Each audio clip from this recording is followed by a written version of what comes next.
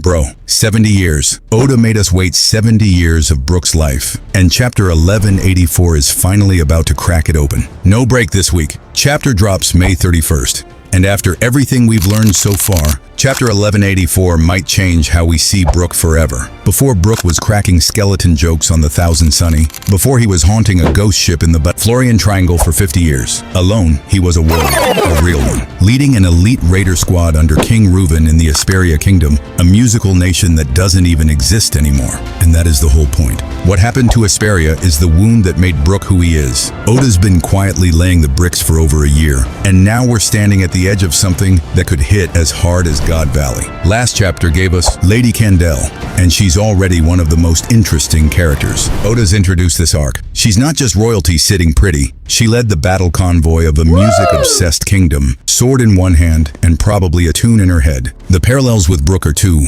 deliberate to be accidental. Two people who see the world through blades and music. That's not a coincidence. That's Oda setting up a bond, maybe even a romance. That'll make Brook's loneliness later hit 10 times harder. And then the Mulan family shows up trying to kidnap her, and Brook just ended them. 1/3-pace hum-notch slash. They didn't even realize they'd been cut until they were halfway out of the port. That's not a hype moment, that's a statement. Young Brook was no joke, but their boss, the Dawn, hasn't shown his face yet. Chapter 1184 might finally bring him out, and something tells me that fight isn't going to be clean. But none of that is the biggest mystery. Not Candelle, not the Dawn, not even Esperia itself. The real mystery is Princess Shuri. Brook's homeland had a princess, a real one, someone he almost certainly knew personally. And somewhere between then and now, she became gunko. A holy knight serving the celestial dragons directly. Think about that for a second.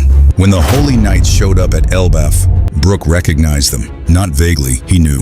He told us Shuri went to a reverie in Marijoa and never came back. And shortly after, the entire kingdom of Esperia was destroyed. Oda didn't write that casually. The Esperia Incident is going to show us how it happened. The king killed, the kingdom erased, and the theory that's hardest to shake, that Shuri herself was the one who brought it all down, either by choice or because the celestial dragons broke her into someone unrecognizable. That's the tragedy underneath the tragedy. And it's the bridge that eventually sends Brook down a path that ends with the Rumbar Pirates, a promise to a whale, and 50 years of waiting in the dark. So here's what I want to know from you guys. Is Shuri a monster or is she a victim? Because there's a version of this story where she's the most tragic character Oda's ever written. And there's another version where Brook has to face someone he once loved wearing, the face of an enemy. Either way, chapter 1184 is lighting the fuse. This isn't set up anymore. We are in it. For more than 25 years, Brook has been one of One Piece's most beloved characters. If Oda is finally opening the door to his darkest memories, then chapter 1184 could become one of the most important chapters of his entire story.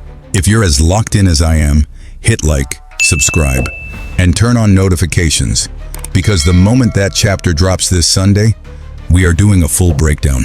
No fluff, just straight analysis. Brook's story deserves that. We deserve that. Let's go.